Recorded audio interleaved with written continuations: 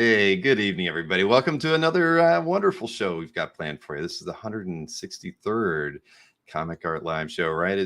Well, we've done many more than that, but we kind of have to put numbers to these things one way or another. But tonight I've got Bill Reinhold on, and so it's back-to-back bills. I mean, Bill Reinhold, he reminded me in the green room that it's a double bill tonight. It was a double bill last night, so I don't know what that equates to, but I appreciate everybody being here at the start of this. So before I bring Bill in, I actually got an email and with that Bill was a part of. He doesn't know this about a week ago. And so here's the email. I'll read it to you. It says, "Hey, Bill, I'm a relative noob to the hobby, having only started collecting a few years ago. It really is a wonderful thing that you did creating CAF. The amount of joy and smiles you bring to people is innumerable. I noticed you'll be doing an interview with Bill Reinhold in a week or so. I bought a post and posted a page from Prowler that Bill did to my CAF recently. He wasn't familiar with it at all, but he just really loved the artwork, and he had to add it to his CAF gallery. And he said, I posted it along with a question, and the artist, Bill Reinhold, actually answered. He's like, where else could a collector of anything have that happen? Only comic art fans. And that's so true, because Bill has been a member of CAF for quite some time. And, I've followed his CAF gallery. He's one of the watch galleries that I've got. And so it's great to have him on here. So I'm going to bring him in right now so he can say hi to all of you. Hey, Bill, how are you? Howdy, Bill. Hi, everybody else. It's nice to have you here. Now, I didn't tell you before we got started, but there's a comments tab on the right-hand side. It usually defaults to private chat, but if you set it to comments, you'll see things that people are saying in the chat, usually good things about the people I'm interviewing. So yes. So welcome to the show. Thanks. I think it's been a lot. I feel like I maybe saw you because you're in the Midwest, from the Midwest, I think. Yes, I'm from Chicago. Okay. Born in Chicago, grew up in Chicago, got married, moved to the burbs. There you go. And so you're still in there, but now the American dream. Yeah. Well, I grew up in Northeast Ohio, and it felt like the American dream there as well for a little while. But I'm down in Orlando now. But I feel like, did you ever go to a show in Cleveland? Maybe like it might have been like 12 years ago. I've been to shows in Cleveland. Yeah, there was one called a long time ago. Some weird name that had the word tiki in it. It was like in the middle of winter. I swear that I'm not sure. The only time I see that they're a blur. Most Yes. things in Cleveland are. But the thing is, if you've been to shows there, it's probably the one that I'm thinking about. But the most time I ever spent there is visiting, Ohio. That is, went to Kent, Ohio, when Jill Thompson lived there, and visited Craig Russell at the same time. Oh, sweet. Yeah, that's true. Yeah. Kent is home to Mike Berkey from Ramita Man as well. So I didn't know that. You were almost you were near royalty in that way too. Yeah. I didn't realize Jill Thompson lived there. Yeah, not anymore. She's back in Chicago, but yes, for some time she did. Cool. So it's well, I mean, let's just dive into stuff here, Bill. So I know you've been working professionally over 40 years. So you started in the early 80s, I believe. My first professional work was 1981. Okay. And that was for Justice Machine, from Noble Comics that Mike Gustovich published. I remember it fondly. I'm an Elementals fan before Justice Machine, but Justice Machine is right up there. Yeah, that Elementals first were seen in part of the Justice Machine annual, and it was the backup feature. But that annual's more known for the Elementals, though, than it was for the Justice Machine story now. And then from there, it was supposed to go on both Elementals and Justice Machine with Texas Comics, but they died before they could take off. And so Bill ended up putting Elementals out in other ways. Well, yeah, it was a fun read, but both books were good. I enjoyed them both, and I've talked about the early 80s a lot. It was a fun time, as a comic reader throughout the 70s. All of a sudden, having all these new characters and titles and publishing houses, experimenting. It was a great time. And I mean, how did you get your break working on Justice Machine of all things? Well, I mean, the first story I ever did was not the first story that was published, but it was to be published, but came out after my Justice Machine work saw print. And then that I did a Charlton story. Charlton, if you remember, had a book called Charlton Bullseye, not the Mhm. fanzine, but they had a regular comic Yeah. book, and which debuted a lot of new people's work. It was an anthology. Each book was an anthology, and um, they had put the word out. I don't remember how I heard it, that they were looking for stories from artists, new artists starting out, and you would submit them. If they liked them, they would ask you to do the story, and they would publish it and just give you free, excuse me, 50 free copies of the book. Which, I mean, I didn't care. I just wanted to be published. So, I Right. mean, I've had stuff in fanzines before that, but never in a professional comic book. So I wrote and drew a story. I think it was 12 pages or something, and it was a science fiction story. And the first time I ever wrote a story, and the last time I ever wrote a story, I only did it because I didn't know anybody else to help me. So Mhm. I wrote it, penciled and inked it, and I had submitted it as pencil form. And they said Bill Peterson, who was running that, said, "Oh, go ahead, finish it." So I did that, but then they ended the Bullseye book and told me my story was going to be published, but in Scary Tales, which was one of their regular books. And at that time, all Charlton was doing was reprints.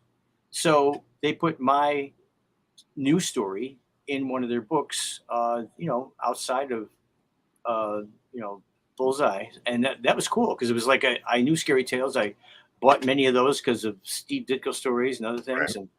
And Mhm. so that was the thrill. So that became my portfolio. I carried that around.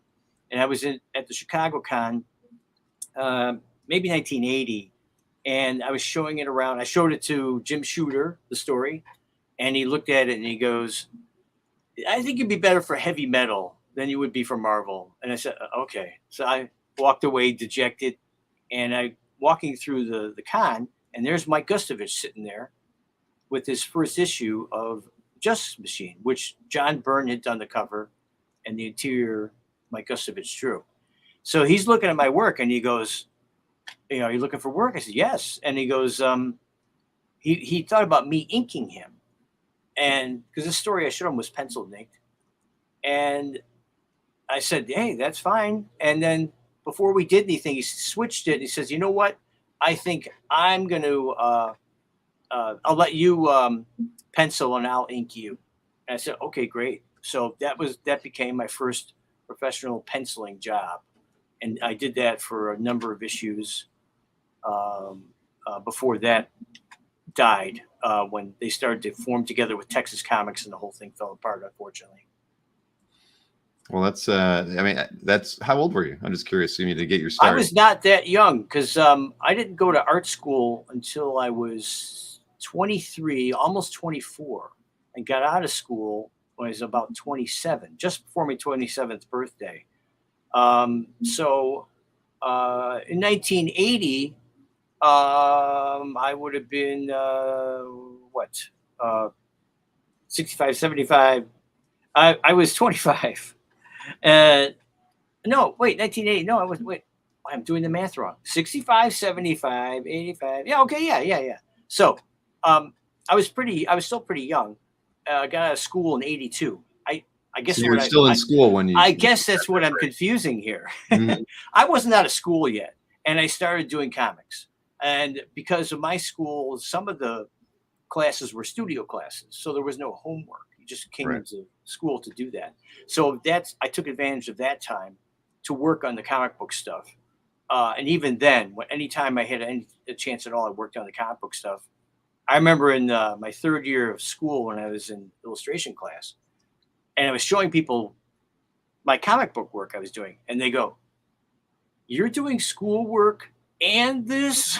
I said, "Yeah." so so that's the way that went. Uh, and then once I got out of school, I put all my attention on illustration or comic books until comic books took over full time, and then I did that for my full time work. So why, why the decision to go to art school at the age of 23? And when you were growing up, was art what you wanted to do for a career? Well, Very young, I always liked to draw. I would draw, characters and cartoon shows and stuff on pieces of paper, whatever. Then in eighth grade, I met two guys who were drawing comic stories. Uh, I was using notebook paper when I started doing it. I don't know if they were doing it like that or just on some sort of paper. They were drawing their own stories, original stories, and I was I was blown away by this. Wow, you! I was reading comic books a lot then. I Mhm. said, "Wow, you're actually doing this." So I started doing it too, and I did a little Spider-Man story. I made up a character, did a few things, and so that kind of had me thinking I was going to go into art at least. But then in the middle of high school, I started playing drums. I got into rock bands, and comic books kind of went to the side. Comic art went to the side. Buy a comic book on occasion, but I wasn't following it the way I used to. But then all of a sudden, when I was 21, I had, you might say, an epiphany. I don't know what else to call it, but suddenly I knew I didn't want to do music for a living, even though it was going pretty good and I was in a good band. It just somehow hit me, and so I stopped, and I continued uh, drawing then a lot. Well, I started drawing a lot more again, and occasionally jamming with people, friends, and stuff. But otherwise, uh, my attention was on art. And then after a little while, I thought I should go to school. Started looking around. Where should I go? And in Chicago, you assume you want to go to the Art Institute of Chicago. Mhm. And I was telling people, I was thinking of this. I said, no, no, you don't want to go there. You want to go to the American Academy of Art. That school is all about commercial illustration, and that's really more where you're heading. And so that's what I did, and I'm so glad I went there. It was the best decision because that school was all about classic illustration, in books and advertising and everything else, and learned a ton. So within a couple of years, my drawing just shot up, just because we were doing life drawing 3 hours a day. So changed my life. Well, that's great. I was worried you're going to say you were incarcerated or something, but so you're in a band now. Did the band become big, or did they Oh, fizzle out? some of the people I played with went on to be in bigger bands, Okay, in the Chicago area. Of course, I could say, well, if I was their drummer, they would have gone further, but exactly. I don't know. Anyways, and one of my lead singer at the time when I quit, he is in a very successful Led Zeppelin tribute band now, called Physical Graffiti in Chicago area. Oh, cool. So, and still sings fantastic. Well, that sounds like fun. Well, I think you made a good choice. Yeah. Yeah, it seemed to have been the right one. After things fizzled a bit with Justice Machine, where did your fortunes lay after that? Okay, so Justice Machine was ending, and we had done work on what was to be the first and second issue of this new publication of it, but that never saw print. And at that time, I met Mike Barron at a small Chicago convention. Uh, the large convention, of course, was Chicago Con, but the same people put on a small one that was every 6 weeks at the Americana Congress Hotel downtown Chicago. And because I'd been published, they would set the few creators over there at tables near the entry. And so I'm sitting there with Jeff D, who was my anchor, and Mike Barron. I met him, and he was pushing Badger and Nexus. Hmm. And he said, "Hey, could you guys do a couple fill-in issues of the Badger for us?" And we said, "Sure, yeah, we could do that." And once we started going, we were in the midst of the first issue. They told us that the original co-creator of the Badger is leaving. So then I became a regular artist, and then that was with Capital Comics actually. But Capital stopped publishing, and all their books, most of them, went to First Comics, which at that time uh, was in Evanston, just outside Chicago. And so that was nice because that wasn't far away from me. Mhm. And so, yeah, so then I started doing the Badger, and of course, did that for years after that. I think And that's then, a book a lot of collectors and readers associate you with is Badger. yeah, it's Badger or Punisher. People know me from the most. Uh, Although I've met plenty of people who only know me as an inker. So, you Well, never you know. did ink a lot. You have Yeah, to. when you ink a lot of stuff, so as opposed to drawing a book every month, Mhm. you're inking, you might be doing 2 books or at least, a lot more stuff. So speaking of inkers, John Beatty's in the audience tonight. He said, "Did Bill say he played in the band Chicago?" In Chicago. In Chicago, not for Yeah, Chicago. I would be too young for that band. There we go. That'd be cool though. So I mean, thinking about that, I mean, because you had a pretty long career. I mean, did you what were your thoughts of going in and inking other artists' work? I mean, obviously, comics are a collaborative medium, no matter what. I mean, Yeah. did you feel it was really just natural to kind of switch between being the penciler versus being the inker? And Well, yeah, yeah, it kind of was, but the way it happened was, I'd been at this point. This is early '90s. I'd been penciling, inking my own work for some time, and so I just started putting the word out. Hey, it'd be fun to ink somebody sometime or whatever. And I'd met Adam Kubert, and I guess I mentioned it to him because then soon after me talking about this, he asked me if I would ink him on Spirits of Vengeance. That's the Ghostwriter Blaze yeah, book. And very so very I said, popular. yeah. And once I did that, and then it just like took off. Then it was like my whole schedule was filled with inking, uh, either him and then on to other books. Yeah, it just became sort of a wildfire. I had to like force myself out of inking back to penciling my stuff again. Because, well, I mean, but you were in demand. That's the thing is, it's hard to turn down work when you've got it like that, especially getting And to work with some of those pencilers. oh yes, that's one of the great things. I got to work with a lot of great people. And the thing about inking is, especially in the old days, the stuff would come to your door, ready to go, sit down, just get going, as opposed to laying out a story and then penciling it and then inking it. It's a longer process. Um, so you could be you know inking and watching a movie at the same time. Stuff like that. Well, Uh, we don't want to think of it like that. We want to think that you're toiling away at your drawing well, board. you're toiling away, but it doesn't. It's if I'm thumbnailing a story, I have to like turn everything off. I Right. can't. Maybe some light jazz or classical music or something in the background, but I can't be rocking out or something because it's just too distracting. And having TV on it would even be more distracting. So yeah. So no, I don't want to put it down, but I'm not saying inking's easy. Uh, it's to do it well, of course, is still a hard job. And I was so fortunate to work with a lot of great pencilers. I never became the guy that they would call up and say, "Hey, could you ink a whole bunch of pages over the weekend?" Or "We need something tomorrow," or whatever. That was never that guy. They didn't call me for that. I didn't want to do that, Mhm. and I didn't like being in that huge of a rush. And so I was always just working on regular series or story arcs.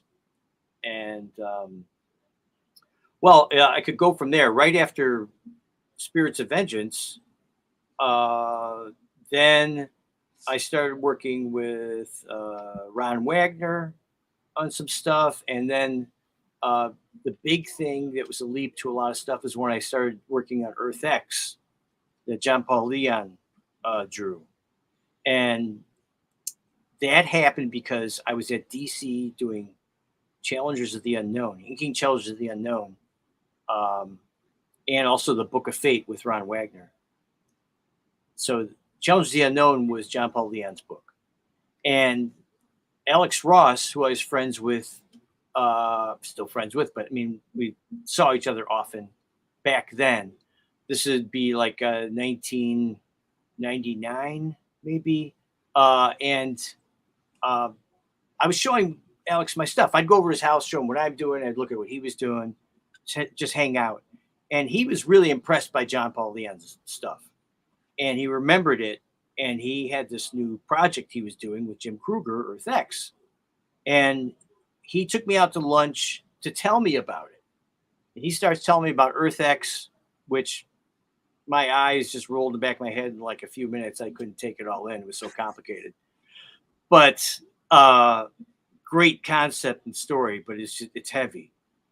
And so he asked, he said he wanted me to come on the book with John. In fact, at the time I said, well, we're going to ask him if he wants me to do it, and he said, no, I want you to do it either way.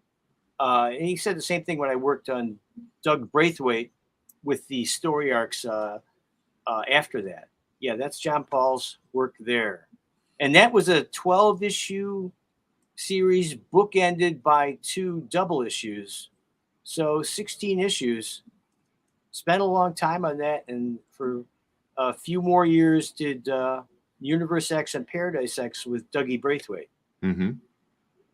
So these things just kind of, it's funny how these things go. It's just like, you're talking to somebody, this, that. I almost have never gotten a job calling up editors going, yeah, I'm looking for work, we'll keep you in mind, It almost never happens. It's always word of mouth and me talking to other writers or artists. It's not the editors that offer me work as much. They do, but it's more the artists and writers.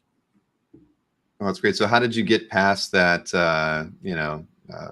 fuzzy moment where the idea is being pitched to you to where you decided that it was a good fit for you? Well, I'd already been inking him on, John Paul on Challenges of the Unknown. So Yep. I really liked working with him. And John was ready to move on. So from the DC stuff he was doing. And so, it worked out great. Well, it's just incredible awesome. It's awesome stuff to look at for me, even though I worked on it, because John Paul's stuff is so impressive. So how were the pencils when they would come in from John? Anything left to, guesswork with it? They, like most people I've worked with, they're pretty tight when we start out. And that was more so on Challengers, but even on this, because he was just getting into it. And then as we go on and we start to feel really good working together, the pencil usually loosens up, which I prefer. I actually don't like inking tight pencils. I like inking pencils that leave something for me to do. And so his early stuff, the early issues are really tight. And then he just left it more open, left more stuff for me to make my own decisions on the edges of things. And he wouldn't give me every line that I would ink. He would just maybe do a gesture, a graduation of something, and then I would decide how to turn it, how to use it. That's how I prefer to work.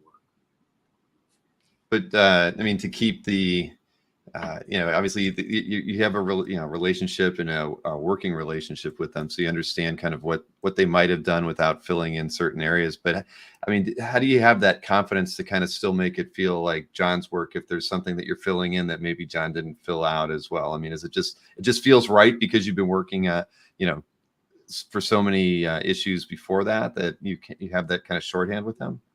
That you got to get to know the language of the guy you're working with, but at the same time, if they just gave me outlines, I could finish it on my own. So right. It's a little bit of both. I've occasionally artists I'm working with, they will end up giving me pages that are just breakdowns or very extremely open for me to finish. Because they trust me to do it. So it can go either way. But obviously his stuff is very graphic. I like to think I advanced his stuff somewhat, but you could give his work to a lot of people, and from a slight distance, anybody would look good on it, even somebody who was a beginner, because this stuff is so strong and so uh, graphically laid out. You get all those blacks, super impressive right there. Kirby was like that too, in a way. It's like uh, people argue about who's the best inker on Kirby, this and that, but in some ways, people couldn't really kill him. They might not do it as well as somebody else, but it was still really strong in the end. Well, I think when you think of John's work, at least for me as a collector, you always think of his brushwork, and it seems like you really were able to kind of capture that. The same quality, the same heavy blacks, the graphic, like you mentioned earlier, he has a very graphic style, and just the quality of your line just seems to really to emulate what I would think if John was doing this himself in some ways. It's just I always just thought that series was just just beautifully rendered from beginning to end, and I loved it for the artwork. And I wish I had once owned a page from this thing. I never have, but it was one of those books that really made me look differently at just the artwork in it. I mean, because to me it was very painterly, but I could look at it without color and I would have really loved it just the same. I mean, when you're working, what's that? I'm sorry. Did you ever see the oversized graffiti book that was in black and white? I don't believe so. No. Yeah, they published the whole Earth X series in black and white, and it's a hardcover collection. It's really nice. I'm gonna look that up. Huh. But I mean, when you were working on the book, I mean, did you know that it was something special? I mean, or did it feel like a job? I mean, because after the whole concept seemed special. So yeah. I mean, and of course, it was affiliated with Alex Ross, who's huge at the time, coming off of Marvels and Kingdom Come. So it got a lot of attention because of that, and it had every single Marvel character in it. So, right. And it would be like this double page here. We'd have these origin openings of a character, and then it would go into the modern versions or the futuristic possible future of these characters.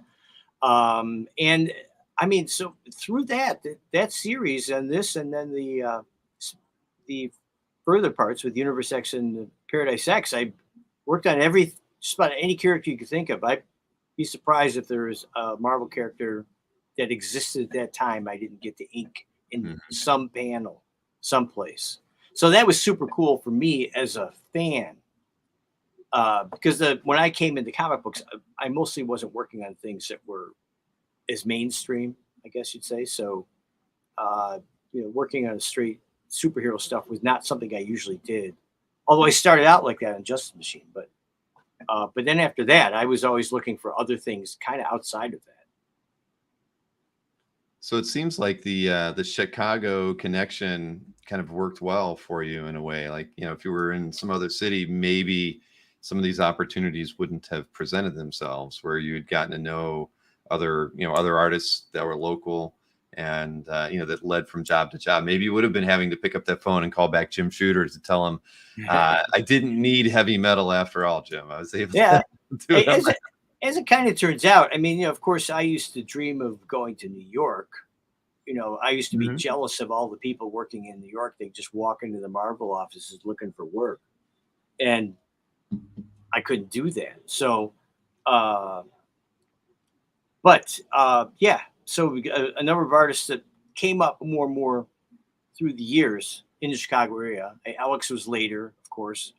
He's 15 years younger than me.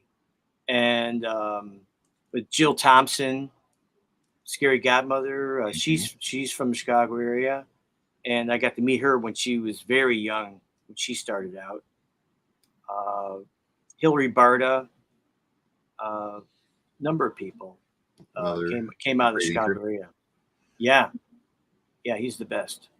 Yeah, I agree. We've had him we did an interview with him, I think, on one of the Comic Art Live virtual cons probably a couple of years ago. But I wasn't, and it's funny, he was somebody whose career I wasn't very familiar with until we did the interview and I was doing some show prep. I was like, doggone, how does somebody toil away for, you know, for that long? And it's a name that just didn't stick out in my mind as somebody who had been out there. And that's, you know, that's unfortunate because there's so many people like that, right? Who don't maybe get the recognition because they're not the penciler or the writer, the people who tend to get the most, I don't know what, fanfare and exposure from working on a comic. You know, how many letters do you remember the name of? I mean, but you know, that kind of thing.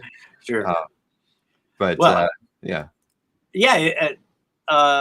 it's less true now because you have the internet and social media spread the word about something that's independent from, you know, the big 2 or 3 companies. But back then, it would be a lot more difficult to get much attention. You know, you could become famous on Twitter for your book because people love your art and they go to pick it up. And back in the day, you would have depended on people picking it up off the stands pretty much, you know. So it's a lot different today. Sorry, I was looking up. I saw Jason mention that one of his favorite pieces is something hanging on his wall, and I was hoping I was going to be able to find it and show it off. Oh, there we go. I remember that piece. Here, I'll add it to the stream. So yeah, Jason mentioned that it's up on the wall. Page. Yeah. Here, let me actually. It'll be easier if I do this. I'll see. There we go. Yeah, look at that. Dang, that is really nice. Like I said, I'm admiring John Paul's stuff. So, I'm not saying that about me. No, that's just that you look at this and you can see, like you were talking about, the graphic quality of this. I mean, it's just the layout of the, you know, the structure of the page, the panel layout, the Doom mask in the background, you know, the way it's handled. I mean, all those things are, you know, he's approaching it in a very design oriented way, but just beautifully. Again, I love it. Everything seems to pull itself out of the shadows so often in his work. I mean, you can look at that first panel; it's practically that. Namor. I mean, he's not illuminating much on Namor to give us Namor right there. So yeah, I mean, this is a beautiful page. Dang it, Jason. I will tell you, even though I was talking about anybody inking him, there's a funny thing that happens with inking. A lot of it really depends on the draftsmanship of the inker. When they're inking something, there's decisions to make, just like little turns you make in anatomy or folds and clothing, stuff that if they depended on the penciler to know how to do it, they wouldn't be as successful. They kind of need to know what to do, even if it's not there. So, so you end up keeping the quality that the penciler put down and maybe enhancing a little bit or embellishing a little bit at the same time, which is natural for anybody. If anybody who inks their own pencils, it's never done in the pencils. They take it a little bit further when they're inking it. So hopefully you have an inker that does the same thing for you, that you can know they're going to make the right decisions there. Because if people just trace stuff, you know, here and there because they don't quite understand what they're inking, they don't know the anatomy that well or understand the perspective or whatever it might be, then they end up causing problems. So, yeah, even the simplest things, it's subtle things make a difference. Well, that's just I see this stuff and it makes me want to find a page out there. The thing is, these pieces don't come up on the market too often. I wish I could put some more out there. I'm sitting on, I have one of his pages left, and then one that I did. I penciled and inked a Earth X story that was published by what you call it? The fanzine. I can't think of the name of it now. Wizard. Wizard. Yeah, Wizard. Yeah, it was Wizard Marvel book. It was it in their one of their issues, and then Marvel ended up reprinting it in all the books. But I did a short story that I penciled and inked, and I kept it towards his style when I did it. Mm-hmm. Well, you should hold on to it. I am. That's why. That's why I have I one would never left. let that one That's go. why I have one left of each. Well, that's wise, but yeah, I mean, look, Actually, I can show you that. I can show you one right here. please do. Here, I'll switch over to you full screen. Here we go. Okay, this is my pencils and inks from Earth X 1/2. Just the whole page. That's sweet. So, Nick Fury. So that was a lot of fun to do. That's incredible. Well, I love it. Let's see. I had Josh Flanders says claim. Sorry, Josh. Not a claim show. We're just showing off some artwork. That's a great one. Yeah, dang. The Red Skull just kind of pops out at you. If this was colored, it'd be obvious. But that's why I love looking at the black and white, right? I mean, it's just it just that kind of stuff. You might it's so subtle, but then you see it like that. It's just wow. That's well. I mean, a lot of it was colored well, but you also are depending on the printing lots of times of how well that's going to turn out, things like that. So. Yeah, but there was just, I mean, you see this, I mean, the pieces that I'm pulling up here, it was such a dramatic book. Yeah, the Celestials. Exactly. I mean, that like hit me hard because I was such a fan of Jack Kirby, and when he debuted them, and being able to work on those characters is just awesome. Yeah, no, there's a few Celestials collectors out there that have a number of pieces, and so I'm sure that Earth X is well represented in their collections. Yeah. So how do you top something like Earth X? I mean, where did you kind of where did your career lead after that book? Well, because I continued on with Doug Braithwaite doing Universe X and Paradise X, which were the part of the trilogy of the whole story. After we finished that, I worked with him on Wolverine Origins and on what else? A Punisher. So I did a number of story arcs with him, and also on Brave and the Bold at DC. And so all that was great. And there's a lot of smaller individual things I did here and there as an inker, but those are like the biggest things I did with single artists. And Ron Wagner, like I said before, did a lot of stuff with him. Worked with Batman on him, Daredevil. So it's kind of like when I hook in with an artist and we get along well, you kind of tend to stick together for a while, taking on whatever next project happens. Mm-hmm.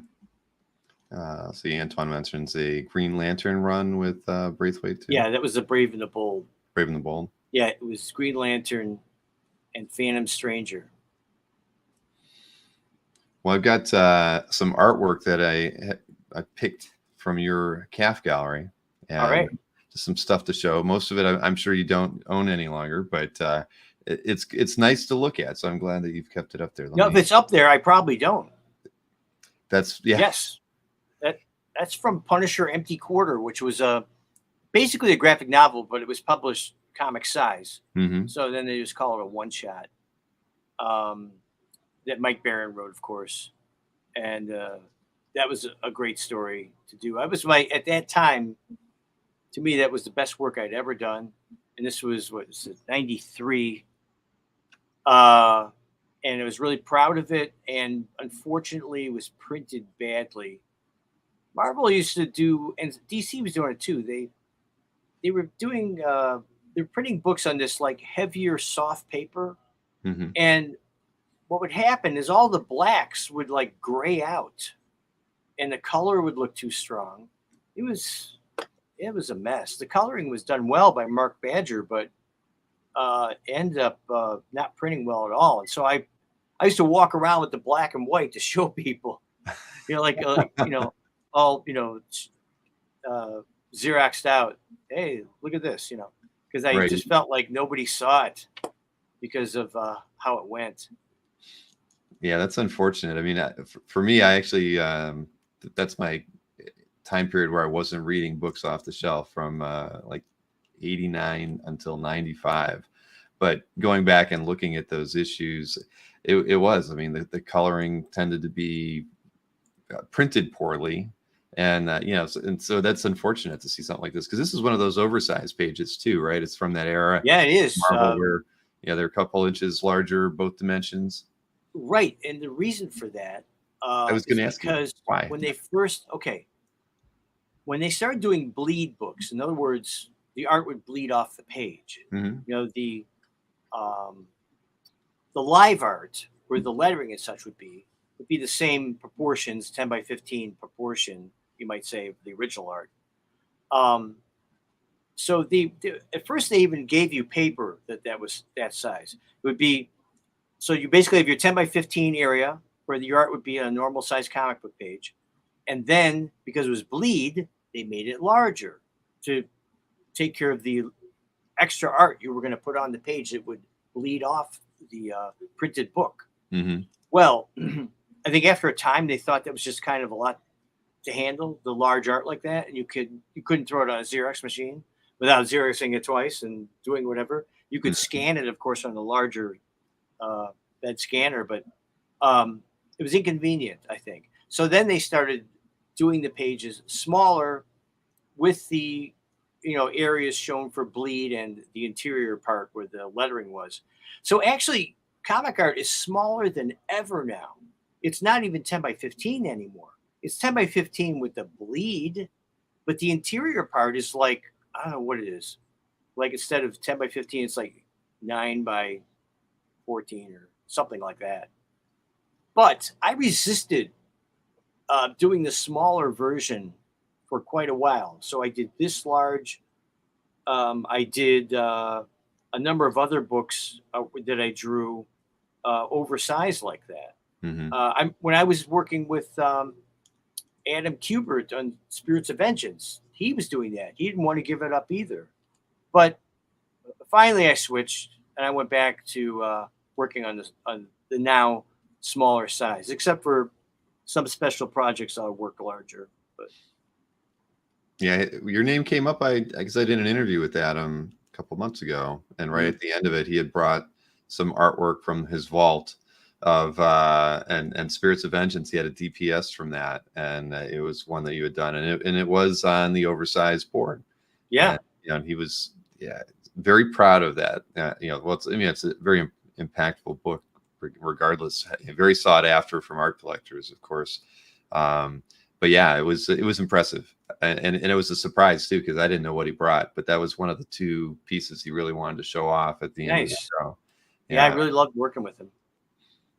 and he still works oversized to this day. As strange as that may be. Although he experimented working small, he Did he? worked on. Yeah, he. I got a page here. Oh, There was a series called Clash for DC Comics, okay. and this is a page from it. We traded art, and gosh, I don't know. I can show you how. Okay. Uh, well, this is that page I showed you before. That's a bleed page uh, today, and this is his page. You see, it's quite a bit smaller, It is. and Wow. but really nice art that he penciled and inked. That was one of the first things I ever saw him do a lot of, where he was penciling and inking his own work. It was one of those square bound series called Clash. And that was something you traded Yeah. to. Yeah. Uh, the way I've gotten most art from other artists is if I'm talking to them, and if they start complimenting me on my work, Hmm. hey, you want to trade a page? I mean, I can't say that to them unless they like my stuff too. So, so that's how I turn it around, and almost everybody's happy to do that. So that's how I got a lot of stuff. There's nothing wrong with that. I mean, I think a lot of artists have probably, done the same thing, right? I mean, you admire their work and you're at a show together and Yeah, I got to trade a page with Al Williamson. seriously, what Yeah, what did you he get? gave me some strips of uh, Secret Agent X9, Hmm. and I traded him a Silver Surfer graphic novel page Oh because he wow. liked it. He said he wanted to buy it, and I go, nah, I don't want to. I don't want to sell you a page. You just take it wherever. He said, I'll send you some stuff. So I got one here. Actually, this one is one my wife owns, but I have a couple others. Al Williamson Oh my. X9 stuff. This daily strip. Yeah, This is no, pretty that is big, stunning. pretty big. And this, let me get that other side there. Really impressive. See, we were talking about John Paul before, and there's plenty of people who worked in heavy black and white in the past that I was influenced by too. Um, uh, I'd say the biggest impression anybody ever had me working in stark black and white was Steranko Hmm. on Chandler. And he influenced a ton of people with that. Show us something else, Bill. I Oh, really? Okay. I I got want to see what else you. Yeah, well, this is stuff that's, here's a Robbins daily. oh, Frank Robbins. Yeah, Wait, that's somebody who I. wait. Yeah. I don't know if you've ever seen my link. I have a a Google gallery of everything I could find on the internet of Frank Robbins stuff. It's like over 1,000 pieces. The thing, I was Uh, actually on your Twitter earlier, and I think you reminded people of the link recently. yeah, it's I should- bookmarked up there. Uh, yeah, I'll just, I guess this is in a bag. I don't know if it's going to show up. This is Mark Badger, Gargoyle series he did. This, I think, might be an ad piece. But if you're familiar with Mark Badger's work, oh often he yeah. does work in a very graphic style. But at this time, it almost looked like Mike Kaluta or something. Uh, very, a lot of line work to it. You want me to keep going, or Yeah, please do. I mean, I okay? hate to Here's like my leave you full screen. big piece here. This is. Can you tell who painted that? Is it? I can't make out Okay, the Steve Rude. Steve Steve Rude. did, That should be. I should be able to tell that just from the he way did the paint's laid down. he did the last Badger issue, the cover for the last issue I did.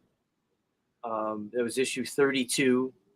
After that, I did a Badger graphic novel, and then I was done with the book. But great stuff. I'm glad I still have it. One of those things when you need to pick up a couple of bucks, you think maybe I should sell that, But I didn't. And then one of my best friends in comics is Mitch O'Connell.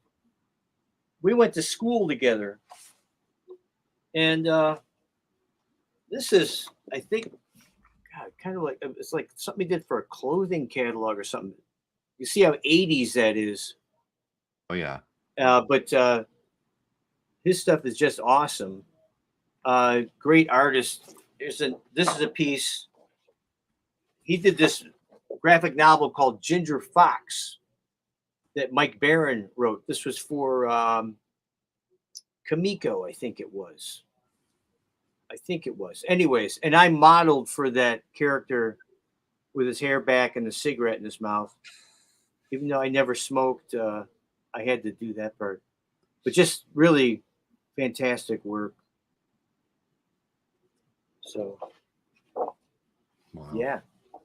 Did you ever have a pencil thin mustache like that? No, but some people think of my mustache sort of like that because I don't let it get too crazy. Oh, here's a Bill Willingham. Oh, look at that. This is I think this was an advertising piece for Elementals. This is something we traded. And the funny thing is, like, see at the bottom here, it's signed now. Yeah.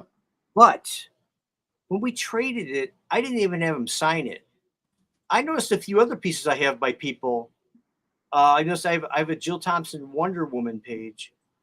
and she didn't sign it. And I'm thinking, why didn't she sign it? I think we used to just like trade pages and not think of having it signed because that was like we're just friends, so you don't sign the art. I don't know, but That's a cover, I think, isn't it? there Isn't is a it cover similar to that. similar to that? But Like, that's not. like That's not. issue 2, I think, had that I a don't think similar that's the image. cover though. I'm pretty sure. Maybe there's an elementals expert that will tell us. But Yeah, I um, mean, because well, how you about know, like this?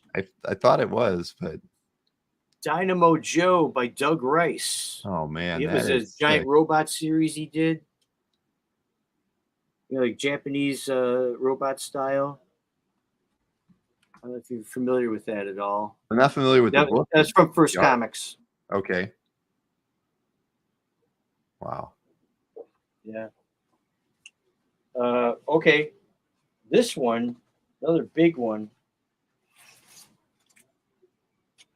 Some of these things, I don't know why I don't have them framed, but this, let me pull back first. This is Mark Badger, and he did a series at Dark Horse Comics called The Mask. This is Mhm. before the film version we know of The Mask, and there was some debate about who owned what or something, or maybe they gave up the name to the mask we all know.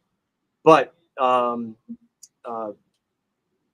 yeah, so they lost the copyright to it one way or another, or gave it up. I don't remember, but it's a great piece. Wow, that is really nice. Yeah. Huh.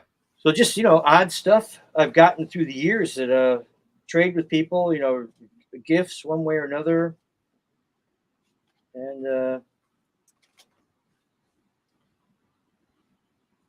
oh, here this is one of my favorites. I got only in more recent years by trading some art. This is uh, Phil Hester's series. What was it? A one shot called Bone Shaker. Well, actually, I think it may have been in the anthology, the Caliber anthology, which I can't remember the name of right now. And then they put it all in one book, if I remember right. But I love this. This is my basically sort of my favorite Phil Hester work. And I told him about how much I loved it. And so we traded, I think it was some Justice Machine art for this because he turns out he was a big fan of Justice Machine as a young person coming up. And so, yeah. Well, that's a lot of great stuff, and so I had to find it. I mean, knew that you're right. Maybe it was a riff on the cover to issue Yeah, 2. I think You know, so. It's not Be- the same. no, Yes, but very similar. it's very very similar to Hmm. it. Well, but yeah, that's fantastic. Willingham, you know, I have a few pieces of him from Elementals, but you know, my dream piece would be like something he did from Dungeons and Dragons. I'd take pretty much Yeah. anything. Give me a spot illustration that's 2 inches tall, and I'll be in heaven because Well, I've always loved his style, and that was part of the thing that made D&D fun was the artwork that was in there. You know, that's guys where like Jeff D came yeah, from. I was just gonna say Jeff Yeah. D and Bill and I mean there were a lot of slick artists back then, but yeah, I mean I don't think the game would have been as at least it wouldn't have been as popular to me if it wasn't for the artwork that those guys were putting into it. They were so different, you know. At that point in time, you know, I was so focused on guys like Byrne and Perez, and then you see guys who have this like a softer style, but just so unique. Their brushwork was lush, and especially with Bill. I mean, I fell in love with anything he did for years, just because his Well, style was just the, wonderful. I love seeing the him paint. thing that was extremely unique about Bill's stuff when he started doing Elementals is that he was very influenced by Michael Golden. Mm, Now, tons of people became influenced by Michael Golden as time went on, but he was one of the first people I ever saw where it showed. And first time I saw him do his first work on Elementals, I thought, oh, this guy's going to be huge. I thought, it's going to be a big deal. And he kind of he didn't easily break in to doing his own stories and whatever in some of the other companies. And then of course he became much more successful as a writer. hmm Uh, than as an artist. But but I was impressed with his work from the very beginning. I just thought it was so good. Yeah. Well, no, I was too. I was too, and it was disappointing to see him kind of disappear for a while. And I can't say that I really, I never read Fables. I hate to say it. I read some. I inked some too uh, on Tony Akins. Mhm. Yeah, did But finishes on a story. uh, well, yeah. See, well, that's good. See, we took a walk down. Remember, I'm glad to see that page, that whatever that was, recreation or whatever. That's totally slick. I love. Cool. I always Yeah, love this stuff. I had basically I was saying how it wasn't signed. I Mhm. had to I would keep going to conventions, and I would think, why didn't I bring it with me? Here he is, and he could have signed it. And finally, he did a convention a few years ago, um, probably C2E2, and I brought it with me and had him sign it. Finally, That's awesome. Now was that a trade? So what do you think he that was gave a it? trade. I don't remember. Probably just machine work Yeah. back then. So. Well, that's great. Yeah, I've never met Bill. As much as I've, he's He one of my doesn't do a favorite. lot of cons. No, he doesn't. That's the thing. I mean, he Yeah. did some work with Hero here, Initiative a few times, and I always thought I'd like see him somewhere, doing something for them, and that never materialized. And yeah, I actually don't think I've ever been at a show where I knew that he was there. Huh. So yeah. Ah, well, one day maybe, but but the way I first met him was when he had gotten the job working for, at that time, Noble Comics, and then mhm. to become Noble Texas. And he came to one of those small cons I was talking about in Chicago. Uh, and that's how we both met for the first time. Jill Thompson. She came to the show. She was 15, I think. I always say she's 16. She corrects me, but she was 15 and showing us her work, and it was pretty impressive for her age. And then, of course, she just kept working really hard at it. And then I encouraged her to go to my school, American Academy of Art, which she did, and now she's giant. She is. She really is. Oh man, that's cool. Well, here I got some. I don't remember where I pulled all these pieces from, but I'm gonna show a couple more here. I don't know if this was in your gallery or not. It might not have been. I might have been just Yeah, digging around. it was there. I sold that. I This go Yeah. ahead. You can go ahead first if you Well, I want. was gonna say because one thing you do sell a lot through CAF. I know you have pieces of art available there. You sell a lot on eBay. I mean, what other platforms do you market your artwork through? Basically, my way to go is because I usually use eBay. Hmm. So then I will promote the auction on Comic Art Fans and on Facebook. Facebook is where I get the most attention. Twitter too, but Facebook for sure is where I get the most attention about any sales I'm doing, and where people will message me and things like that. Hmm. Uh, but yeah, so I just use all that.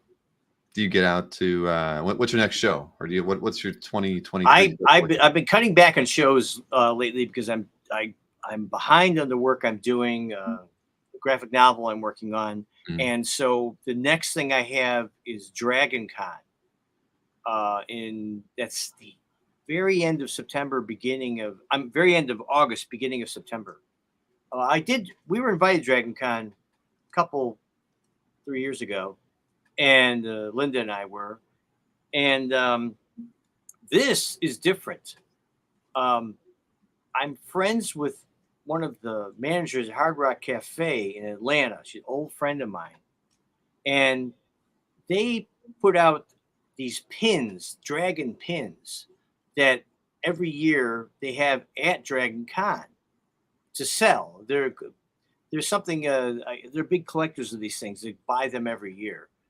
So a while back, they asked me to design some, and so I did in my so-called spare time, which I really don't have, but it was a while ago, and did a little bit here and there. And so now they're going to publish the pins, and so I'll be at the con. Uh, they're going to have me at their booth, at the Hard Rock booth. I won't Hmm. be in the regular so-called artist alley and everything. I'll let them know I'm there, but otherwise they're going to let me set up my kind of normal setup at a table wherever they're promoting these pins. And they're making T-shirts out of them too, I think.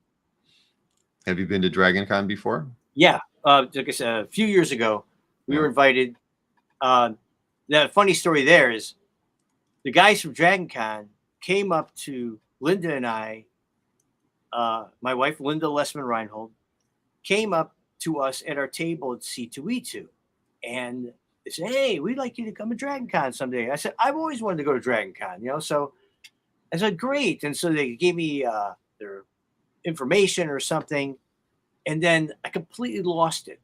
I lost the information, and so time was going by. I thought I gotta call those guys. You know, who are they? I don't even couldn't remember their names. And so I started asking around. People told me who to contact. Send them an email, and they said, "Oh yeah, great, okay." And then they invited us to come out to do the show. Well, I've never been, but I hear it's a great time. Well, this was like at the uh, kind of the tail end of the worst of COVID, and so it was sort of they made the show smaller for more social distancing and everything else. They told me the show was only half the size what it normally was, the amount of traffic. And the thing is, the show takes over the whole downtown area. They all different hotels that people are going to. There's just droves of people walking up and down the streets in cosplay, um, and going to all the restaurants and everything. If you ever been to Atlanta, to downtown Atlanta, I it's have. not that big. You know, the downtown area. It's not really that large, and so, but it just basically takes over the whole area. And they have some other events at one hotel or another too, besides at the main building they have the con at.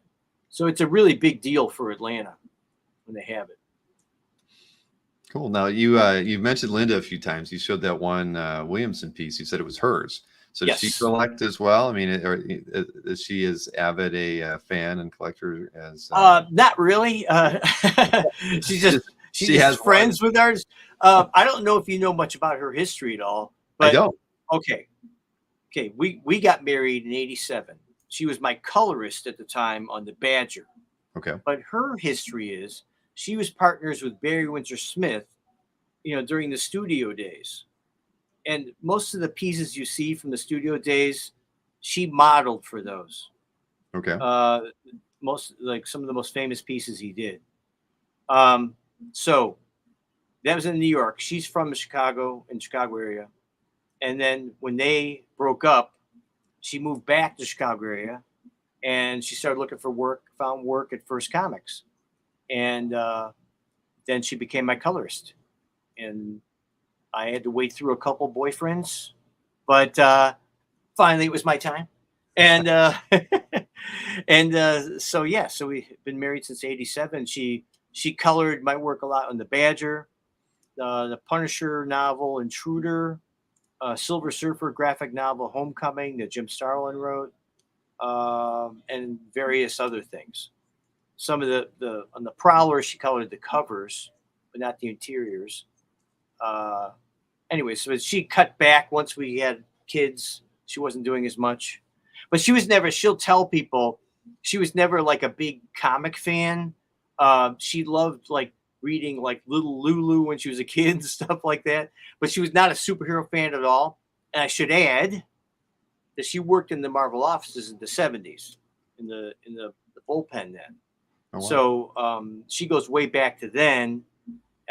She got that job um, when she was in New York, just looking for work, and people suggested going to Marvel Comics. She was just a graphic designer, painter, and they just somebody who knew Stan Lee suggested she go there. She went there, and her famous story. Maybe you could hear her tell us someday. I think we might have to interview her at some point. But She got on the elevator to go up to Marvel offices, and it turns out that Stanley's daughter was in the same elevator and started talking to her. And like, where are you going? She says, "Oh, I'm going to the Marvel offices." And she said, "Oh, let me take you in." and she said she takes her in and says, "Can't we get this girl a job?" And then so she showed her work to all the people there at Marvel offices and was hired on the spot. And first she was doing just uh, paste up and things like that, whatever. And then they moved her into coloring. So she did a lot of. You look up Linda Lessman, Lessmann. Sometimes they only have one N, but that's how you spell it. And you'll see a lot of her credits on a lot of mid 70s comic books. That's cool. So I remember when I was going through your gallery earlier, you had some sold pieces that were Barry Windsor Smith pieces. Were they hers or? They were. Yes, they were. See, there you Yep. go. Because there were several. There were some roughs. There was a finished piece, I think. Yep. Yep. Still have so- some, but yes, she sold a number of pieces.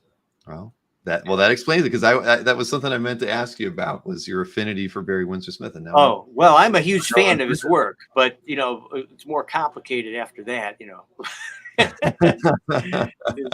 well, it's not. Most people have like one example, right, of his stuff, because it's so hard to find. I think whether it's those early or those kind of like prelim looking pieces, or even a finished piece. I mean, there's a few collectors that have a lot, but yeah, I was just surprised. Yes, there are some huge collectors. I think I know all of them. The main ones. Yes. Yeah. But well, that's awesome. I mean, Linda, I would never have guessed, but that's pretty cool. Yeah, she was very good friends with Bernie Wrightson and Jeff Jones and Michael Kaluta, and I got to meet everybody but Jeffrey Jones. Through the years, because of her. That's how I got to meet Jim Starlin, really. Probably a lot because of that too, because she was old friends with Jim Starlin too, and so that's when we talked and ended up doing the Silver Surfer novel together. Mm-hmm. Yeah. She seems very connected. That's well, because of the Marvel offices, that's how it Yeah. started, and then the studio days and all that. Well, that's cool. She's got stories. Well, I mean, she worked in the bullpen. I mean, the people that she had to have rubbed elbows with back then, like Yeah, she worked with Frank Giacoia, Marie Severin. Marie Severin. Yeah, Marie Severin's the one that basically brought her up in the coloring, and John Romita, and a few other people. I'm not thinking of right now. Well, I actually have a piece I can show. Speaking of John Romita, I think there was a yes. This was did John kind of? Tell me the story about. There is a posted somewhere also, if you find it, to switch to it, but the layout he did, because I sold this cover, and it's not on that post. I'll find it. I know. Yeah, you'll find it after. I've seen it. Yeah. Well, I explained about the piece first. So he had done the layout for the cover. I did a layout for the cover that I showed to the editor, and the editor brought it to John Romita, thinking it could be, spiffed up a bit. So what John did something was basically kind of switching. It's almost like switching the characters. What got most attention? There it is. So there's his layout, and then I took that to do the finishes. To pencil and ink it after that. And of course, that was super cool because he was, one of the first artists on the Prowler. So it was awesome. And he also had done layouts for a Punisher cover I did once. Not layouts, a thumbnail like that. Right. And then the only other way he affected my work is an editor I had on the Punisher, who I disagreed with things often, brought one of my covers of the Punisher to John Romita, and he had him touch it up. I penciled and inked it. Not on the original art. He touched up a photo stat. And I saw this when it went to print, I'm pretty sure, and I was like, what? I couldn't understand why it was done. You weren't told that it was happening. Yeah. And Wow. I got really upset, and it was one of the couple times I blew up on somebody. And I'm not somebody who has a temper really. I'm more like a guy. If you keep pushing, pushing, pushing, I'm like, oh, okay, okay. And then finally, I can't take it anymore, and like I'll yell at you. But so it was kind of like that was sort of the relationship with this editor, and this was just like sort of a last straw thing, and then nothing like that ever happened again. So, They didn't want to go through that same uh, experience with you. well, I had to say something. It was like, maybe if he had discussed it, maybe I would have been okay. It's John Romita. Hmm. What are you going to do? But it was just, a big surprise, and I didn't think it was necessary. My opinion. I get it. I get it. But you didn't blow up at John. You blew up just at the editor. Oh God, no, no, just at the editor. No, what John did was fine, but it was just like changed what I had done. It was different, and that my yeah, it was. I don't know if that's anywhere up on Comic Art Fans, but it's Punisher number 30, the cover, but which I I also won't look sold. for it tonight, but I'm going to look for it later. Yeah. But John, it seemed like they had John do a lot of that, right? Or they would just have him draw the faces sometimes on certain covers. It Oh just well, yeah. In the earlier days, yes, he would touch stuff up. There's like a famous one. He touched up I think it was a Warlock cover that Jim Starlin did, and we also, well, no, that wasn't Romita. I'm thinking of the Marie Severin when she changed the Steranko head on the Hulk annual. oh yeah. Yeah, it was that kind of thing. They just thought it wasn't in. There's a word for it, but it wasn't in character how they think the character should be portrayed, Hmm. and so they would redraw it. So Steranko did a version they thought was off the mark, and Romita would do that off of other people's heads and things too. Yeah, that was routine. As time went by, I think that really was done less and less. And Right. Romita didn't make the call on my cover. It was because the editor asked him to do it. Well, Yeah. yeah, it's unfortunate, but so you blew up and it was over and you never had to do that again. That's good. Well, yeah. Yeah. Well, let's just say he didn't. There are other things that had happened also, and nothing like that ever happened again, at least without some discussion or something, Hmm. you know. Well, it doesn't seem fair. If you're going to have your work touched up, that you should at least be made aware of it. It shouldn't end up just getting Well, actually, what I would have preferred is to ask me to do it. sure. Say, hey, could you add this, do that, whatever? Yeah, sure, okay. That's what I would have liked to have happened, but Right. that's not what happened. Oh Well, well. Jason's mentioning that Cockrum did it to Byrne the first time Byrne drew the X-Men. Mm. I don't remember that, but I bet if I went back and looked, I would probably be able to pick that up. But hey, here's a completely different piece from you here. Let's take a look at this here. Yeah, A color that, Silver Surfer. that's the Silver Surfer Homecoming cover that Jim Starlin wrote the book.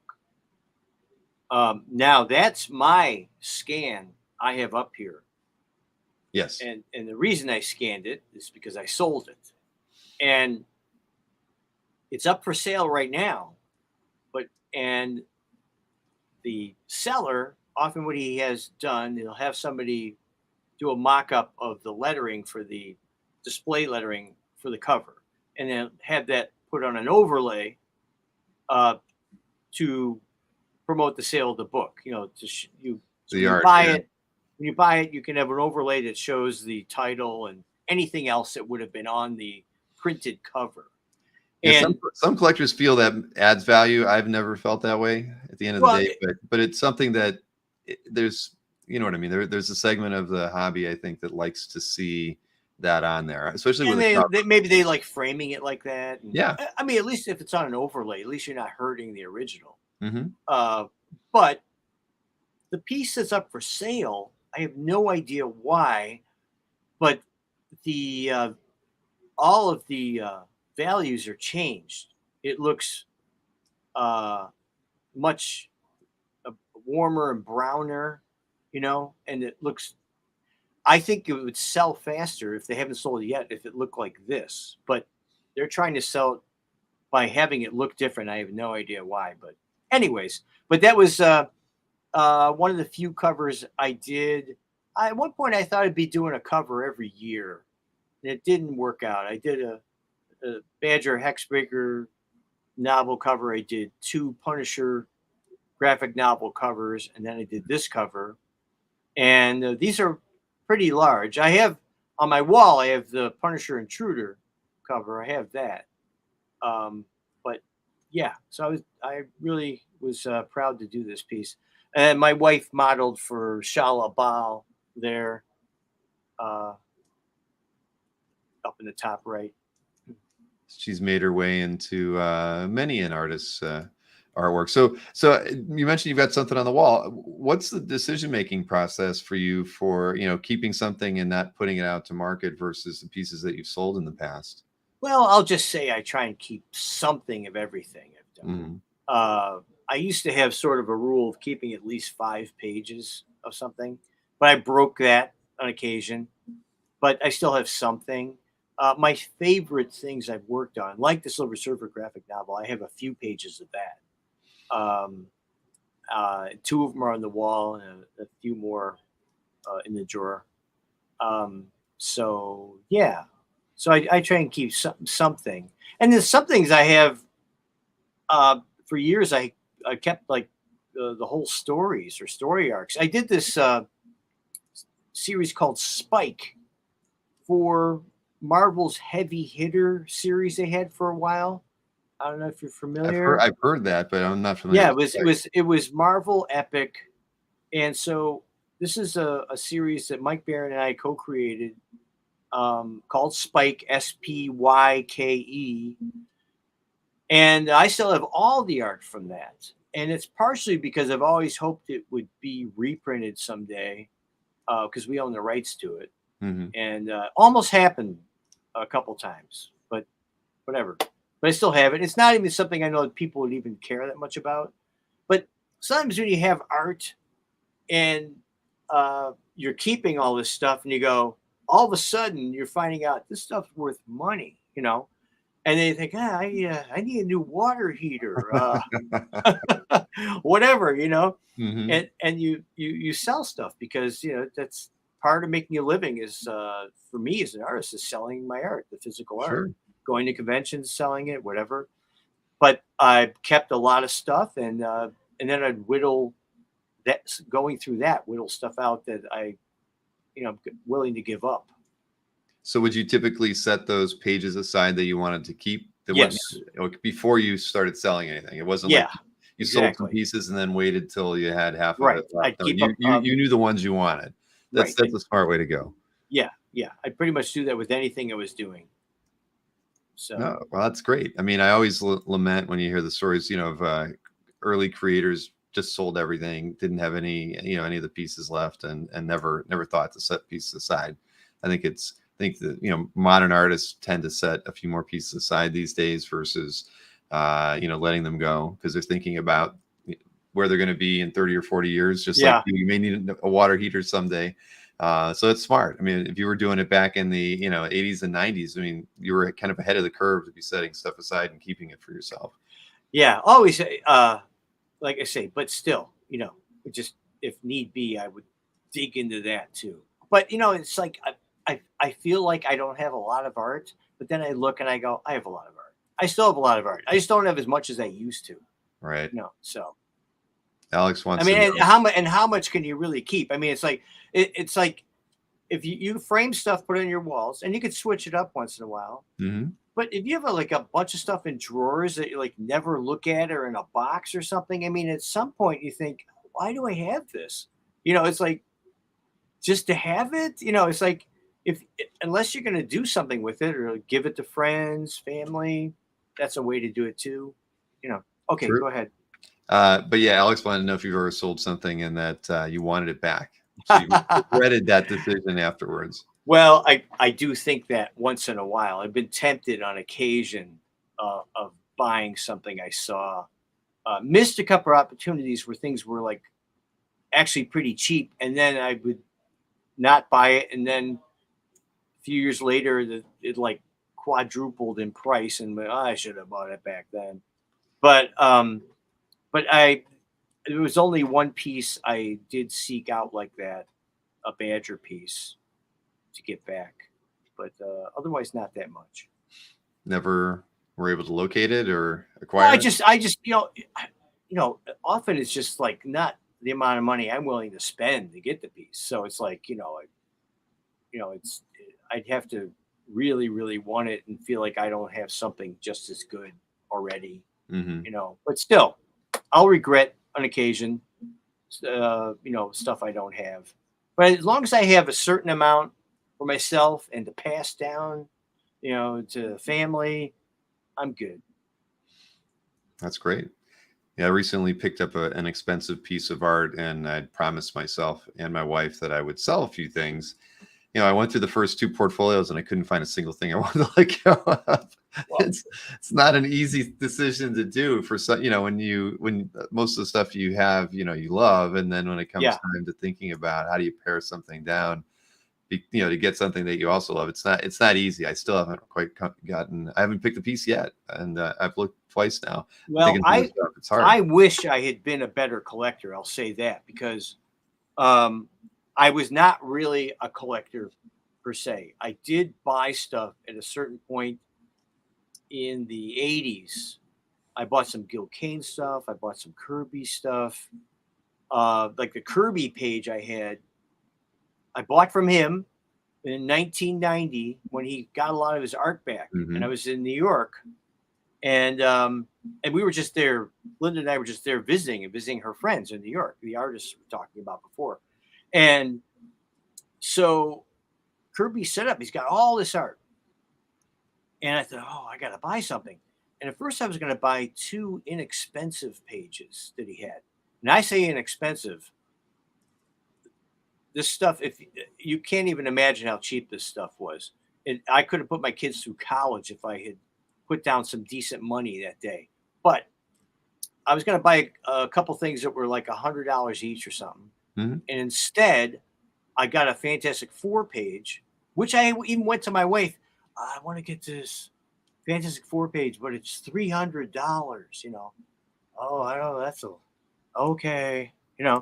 so so I bought a Fantastic Four page for $300 from Fantastic Four number 63. It was a 4-panel page, amazing page, and had on my wall for years and years. I started looking at what these things were going for, and I thought, okay, I have to sell this. I can't keep this. I can't keep Hmm. it. So I sold it for $12,000. Paid 300. So I mean, that day, if I just I don't know, if I'd gone out and gotten a loan and came back to Kirby's table and bought a pile, it would have been amazing. Right. Um, Same thing with Gil Kane's stuff went for nothing for years. Nobody wanted it. A lot of stuff was in markers and it was fading and this and that. And I bought a couple pieces then, and they went way up in price too. And I don't have those anymore either. So, Yeah. but I know people who were smarter than me were buying stuff regularly back then, and they can retire on the stuff they got now. Oh yeah. No, there are many collector millionaires out there right now because they were Yeah, smart and held on to stuff. But you never can tell. But a 4-page FF or 4-panel FF page is amazing. I always talk about. I love the Kirby's 4-panel layout. It shouldn't work, right? I think that's in my gallery. I'm pretty sure, but it might not be. I'll dig around. No, it's not. It's not. I actually just checked. The Kirby piece that's up there is a piece I inked of his. Yeah. Well, that's good. But you know what I mean, though. Those 4-panel layouts they shouldn't work. I mean, to have 2 rows with two panels that are the exact same size, it should be the hardest thing to draw. Because but every Kirby page I see that's laid out like that, it's just amazing. It doesn't matter what the subject matter is; it still looks phenomenal. Yeah. But when you at first glance you think it's a layout that cannot work, that should never be done in comics, and Kirby pulls it off every single page I've ever seen. It's crazy. I'd love to own one just because I have this feeling like it's the impossible layout to do well, and he just nailed it every time. Well, the thing that's so great about those days, and I've done this a little bit in my career as an artist, but mostly working full script. But because he was working from plots at best at that time, so he just gets to tell a story however the heck he wants, doing the layout however he wants, however many panels he wants on a page, whatever he thinks he needs to do to Mhm. tell the story. He's not held back by a writer saying this is 6 panels, 8 panels, or whatever. If he wants a splash page, he puts on a splash page. If he wants, to have a lot of panels on the page, he can do that. Whatever he wants to do, and there's something about that. There's an energy to that when you're basically writing and drawing the story. So uh, that's different than when you're just following a full script. Mhm. There's a freedom to it that sometimes gives more energy to the work, I think. For at least that's my experience. Well, that's interesting. I never really thought about that like that. But that's a valid thought. I mean, yeah, that's interesting, huh? But yeah, I never you don't think about that too often. How well, I guess we do. The fact that he really worked from scripts, but it gave him so much freedom to do almost anything he wanted. Yeah, So that's she did. yeah, and he did. So, but I always well, it's cool. So you're just another person I've heard that got to stand in front of a stack of Kirby's and make the decision on which pieces to pick up. It's I didn't, but hey, just the idea that you were there and you got to see something like that is Yeah, pretty amazing. right. I got to meet him a few times, different conventions. So Wow. that was pretty cool. Well, And then, well, then if we're going to talk Kirby, I got to talk Ditko. yeah, let's go So for it. I got to ink Steve Ditko on Phantom 2040, which was just a limited series, 4 issues that Marvel put out in the mid 90s. And there's a number of pieces of that up on Comic Art Fans. Anyways, so that work um, I got because Carl Potts was the editor, and he knew I was a big fan of Ditko, just like he was. And so he asked me, and this was doing finishes. So, and which is the way Ditko works most of the time with other people. He doesn't do full pencils. He does breakdowns, meaning everything's kind of an outline. Uh, you could almost say like a coloring book, Hmm. uh, where all the lighting, shadows, whatever, is left up to the person finishing the page. And so when I did this, of course, it was extremely intimidating because I was a huge Steve Ditko fan growing up. And he's my favorite Spider-Man artist for sure. And so the only way I knew to ink him was not to ink him in my style, which I do with some people, but I felt if I did that, I would just like overwhelm the work, and I would I would ruin it. It wouldn't look right. So I looked at basically his whole history of work and pulled a little bit from this, a little bit from that for style, for learning. Yes. So we're working in techniques uh, similar to his, and also looking at his own influences and pulling from that. Hmm. Uh, and like I or similar artists. He has a lot of similarities. Um, Sometimes with Joe Kubert, early Joe Kubert, and Wally Wood, and so I bring in all that stuff besides his own work, stuff that he did, whether it was in the '60s or '70s. Yeah, go back to that last one. That's my favorite one. This one here. Yeah, Oh wow. that one I like quite a bit. And I pulled all these this line art style I'm doing here for the shading. He'd do that all the time. And this drop lighting, I got that from him too. And I brought it to this. But all he gave me, I'm pointing at the screen, you can't tell. Anyways, all he gave me was just like I say, an outline An to outline. everything. Wow. There was nothing else there. And so that was a thrill. I got to talk to him on the phone a couple times. Because as soon as I was doing this, I was like, "Hey, can I get his phone number?" Which found out at the time he was listed.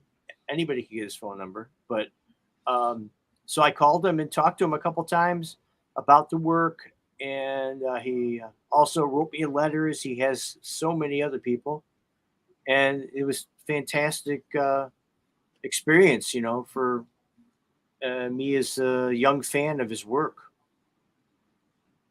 Now, is this because I did an interview with Shooter? So is this kind of that period where Shooter tried getting Ditko spot jobs here and there, and No, the Shooter was not editing at that time. okay, He wasn't at Marvel. all This right, is I actually just missed working with him as editor in chief. He left right before I came in, which was my first Marvel stuff. Well, on a regular basis, my first Marvel stuff was 88, something like that. And I actually did a short story of Moon Knight that they ended up putting in Marvel Fanfare. It was supposed to be the backup in the regular Moon Knight book, but they canceled the book, so they put my story in Marvel Fanfare. And he was editor at that time and hmm edited me on that, gave me suggestions and this and that. But otherwise, I was happy. I hate to say it, that he was gone when I came in, because he used to have a lot of controlling things he wanted people to do, like not having blacks in the background and all kinds of stuff he had these different rules that he felt like worked. But then I worked on Magnus Robot Fighter at Dark Horse, and Jim Shooter wrote that. right. So we did work together. Yeah, but this was a thrill to work on. And it was intimidating, though, I have to imagine. I Oh, mean, yeah, especially very him much so. giving you just the loose pencils like that. I mean, you've really got to pull it all together, Well, I keep wasn't afraid of everything. that per se, because I've done Yeah. finishes many times on other people besides myself. But it was more like trying to do something that would uh, be good enough for him, you know, and that I think he would like. I was That's what was intimidating, you know. And he was complimentary. He said something like, "Well, you put a lot into it," some whatever. Didn't criticize or anything. He was just nice about it. So, so that went well. Yeah, Antoine wanted to know if you considered lightboxing the Ditkos and keeping the originals. I did, but I didn't. I didn't do that. I only have one of his pages left. It's on my wall over there. uh, I had a number of those for a long time, but I finally just kept one. That's what I had. Oh, I also inked a short Fantastic Four story of his, or was part of. They retold the wedding Fantastic Four issue, and they brought in a whole bunch of artists to work on it, and I did like part of it. I think that's what it was. Whatever I did. So I had Fantastic Four in it, so that was cool. Well, it's I mean, again, that you've been in the business long enough that you've gotten to work with some pretty incredible people, and especially Ditko.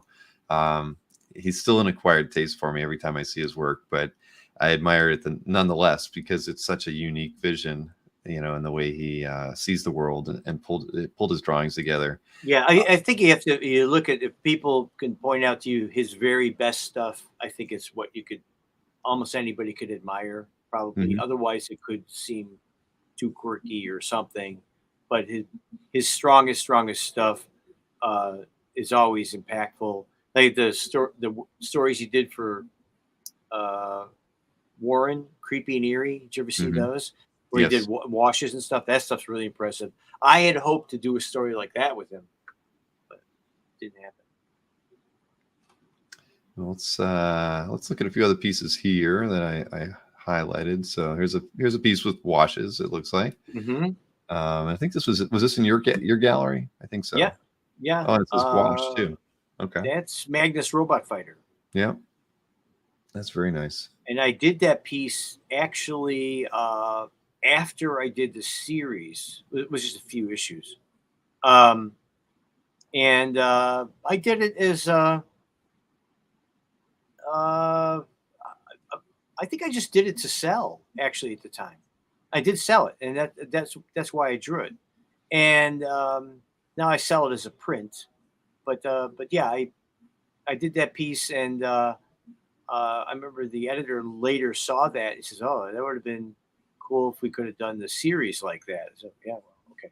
In that Anyways, style. but yeah, but that's basically the way I work to this day. Everything's outlined in with pen, and then all the blacks and washes are done in gouache. That's how I work on my current work. Interesting. Well, we could. I know we've got some of your current stuff out here as well. Why don't I'll hide this screen and we can take a look at that. Let's see. I'm going to share a different window here. I saw Alex want to know if you're going to San Diego, but no, we won't, because your Bill's next show is Dragon Con, so San Diego. That's all I have lined up at all. Let's see here. Here we go. Shows like that, basically, or with C2E2. I always do C2E2 because that's local and a great show. But you do a show that's like 3 days, it's basically you taking a week off. You get ready for the show, you do the show, and then a guy my age, then you have to recover from the show. So it's like you really don't get anything done for like a week. So any work. So it's like I have to pick and choose when I do it. I don't blame you. Well, that's why San Diego, it's a 5-day show, so you figure you're go. You're out of commission for at least 8 or 9 days. I mean, part of me would be when I'm done with this project I'm doing now, which I'll tell you about in a second. I might just stop doing any basic projects. I don't know, maybe ink something once in a while or something, and just do cons and commissions, and that will take up all my time. And it's easy to do that. Okay, so this is called The Flying Column, written by Carl Potts, and it's a World War II story. It's partially based on his family experience about a mission in the Philippines where they go to rescue all these internees at an internment camp,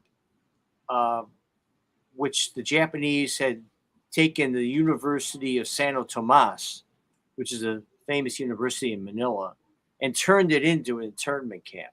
And so it's about the mission of going there in the Philippines through Manila until they can rescue them.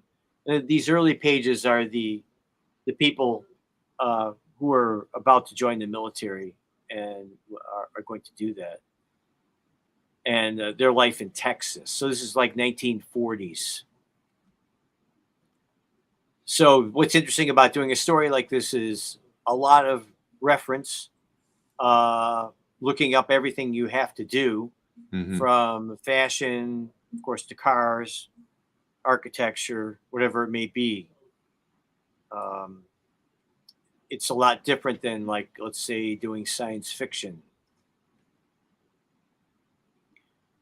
Yeah, I really enjoy working on this, and it's like I said, that's the style. As I do everything in a single ink line first. Like I could, if you could take me to full screen real quick. Sure.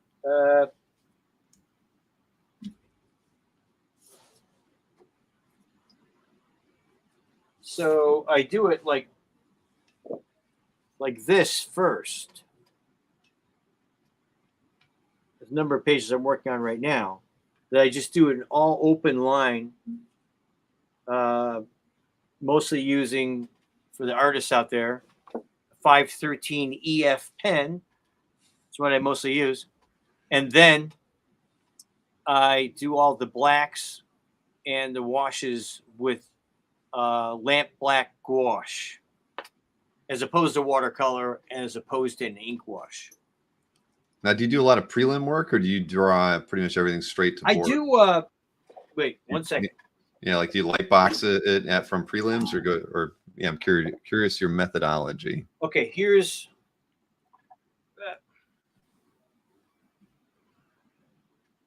These are a bunch of my preliminaries I do first. That's like 4 to an 8.5 by 11 page. Okay. Then I take that, I blow it up to full size uh, of the art, and I light box that down. Then I do uh, pencils for that, Hmm. and then finally the ink and washes. I don't think I've seen as orderly a set of prelims as that before. That's that's nice. Yeah, I pretty much have always worked like that. Yeah. I mean, sometimes I do them much smaller. I would take like 11 by 17 piece of paper. I did it with the Punisher a lot, and I would put the 22 pages on that, so Hmm. they'd all be, like that big, the thumbnail, and then I would blow that up still on a light box, and that would give me my layout. Do you have any of those still? Of anything? I Uh, think it'd be cool to have. here's a funny I here's a love funny here's a funny thing. yeah. I love Just process stuff. Though. recently, yeah, That's what's just cool about it. recently, people started asking me about that stuff. Okay. So it was the guy who just bought a whole bunch of stuff of that of mine that Uh-huh. I did of the Punisher. I still have more, and some I can't trying to find, but that's pretty much how I would do a lot of that work. But yeah, there are definitely people who really appreciate that. I never thought of selling any of that stuff ever Hmm. until people started asking me. And I thought, okay, go to my sketchbooks. Oh, okay, I got these, I got this, I got that. And especially if it's for covers, people really like getting it. Oh yeah, I mean prelims. Well, today when you can't afford a cover, prelims the next best thing, right? So, Yeah. uh, but no, I love that. I love process stuff. I've seen a few artists who was it? I think it was like some Zek prelims I've seen before, maybe some Bagley stuff, but or maybe they've done the whole book on an 8.5 by 11, so they're really small. But Yeah. but yeah, no, I mean I love that part of the whole thing. That's why I was curious about you blow them up and you light box them. I mean, everybody's got their different way of working, but I mean, since you started in the '80s, I felt you probably had that kind of that approach to Yeah. doing page layout. That's awesome. Well, but we can show a few more of these pages maybe, but what I found really interesting is Gil Kane. He would draw his layout uh, 8.5 by 11, so that's Mhm. pretty big, Yeah. but it was very loose. Then he put it in a light box, blow up the full size, put it in a light box, and go right to ink. No Wow. penciling, it's just ink. And I have a number of those I got from Marvel offices one time. They sent me a bunch of them, and somebody else sent some others. I have some from his Batman stuff and some other stuff, and it's super impressive. So yeah, so I love working in the washes. Adding a lot of dimension to things. I really enjoy that. And this book is going to be printed in sepia, I was just going to ask you, so how is this thing going to be colored? not Because going to be colored. I'm just good. going to turn it into sepia All color right. in Photoshop, and it'll be done. Fantastic. Because when you look at that, the tree on the left, I mean, you've done it lighter to kind of set it back in the distance, but the detail in it's just amazing. And I can't imagine it being colored because it would lose so much of the brushwork in it. It just doesn't. I'm glad you're not doing it. I mean, I'm Well, looking if at you that did do it in color, and I worked with some colorists like this when I was working with Doug Braithwaite now. Hmm. on Brave and the Bold and Wolverine. Um, Today, and I've done it myself for some things, you could translate the uh, line work and the wash and stuff into color, as opposed to just throwing color on top of them. Because Right. when you throw color on top, sometimes it looks muddy. Hmm. But if you could just translate it into colors, there's techniques you can use that are as easy as taking a brush, you might say, to it, and it becomes whatever color you're putting on top of it. So that's still in that way, it keeps all that drawing without overwhelming it with just more stuff. Well, this is yeah. Well, I can see that, but I'm glad that you're keeping it in the sepia tone, and it probably fits the story really well. I would imagine. I mean, that's something that you and Carl probably had to talk, Yeah. go over and think about how you wanted to present that. What's it Yeah, like working with Paul? and because I know that as I'm doing it, as opposed to Mhm. it being an afterthought. Right. Uh, so I know all that's whatever I'm doing is going to be kept as is, uh, as far as all the values and everything else. So Well, so you pretty much have to. Oop, I went too fast it there. Yes, you pretty much have to know exactly. Well, you know exactly what you're going to get because you're.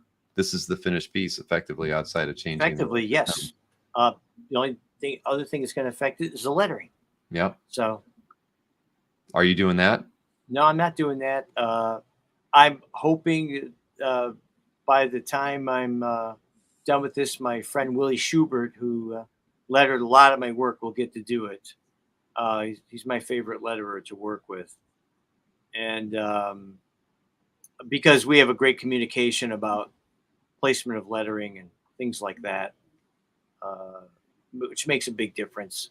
I mean, if I'm working with a letterer and have good communication, and if they go, "Oh, I don't have enough room," I go, "Well, I I'll move stuff around. I can Photoshop. I can move stuff up and down, do this, that, whatever, Hmm. and make it work." And when I used to work with him a lot on the Badger, I would send him basically really rough pencils. Let him do the lettering first. On top of that, and then I would do the finished penciling and inking. So, uh, but it would be on the page. This, of course, it won't be on the page. It would be, done digitally. Right. Well, that So was. this is like one of the scenes uh, with the LCVPs coming in to the beach from the ships in the background there, Mhm. uh, and it's the kind of stuff where there's just like 2 tons of reference you have to do to get this stuff done. But I Yeah. So enjoy it. I enjoy it. saw this piece in the prelim when you opened it up and showed off. Uh, Yeah. but yeah, no, I can see that. That's a pretty cool way that you worked with him when if you were showing him the roughs to give him an idea where to do the lettering, and then you went in and actually did the Well, art. he would basically do the lettering on the roughs, is what I'm saying. On Wow. There'd be extremely rough pencils. I mean, just gesture, and I would put shapes of balloons where the lettering is going to go, Hmm. pointing to this character or that character, even though they might be barely recognizable. But it was enough to get that step done, and then I could move on to do the finishes. So this is the kind of stuff that's really interesting because uh, all the reference you have to do for the uniforms and such. So I went out and bought some helmets there to scale, and I would model in them, or have family members do it. And also, I bought a number of replica guns because the kind of thing that's also really hard to draw out of your head is a gun pointing in any direction. Hmm. If you look up a gun online, whatever it is, there'll be a flat picture of this, that, whatever. Even if you find a video, but it might not be exactly what you want. So if you go out and get a replica of something, um, and I have a replica of a Jeep also I was using, and then you could turn it in any angle, do what you want. I did that when I drew planes in the Punisher novel Intruder. I went out and bought some models and glued them together. So I had the plane, and I could take the plane and turn it this way, that way, get the angle I want, instead of depending on finding some good photo of it or something. Hmm.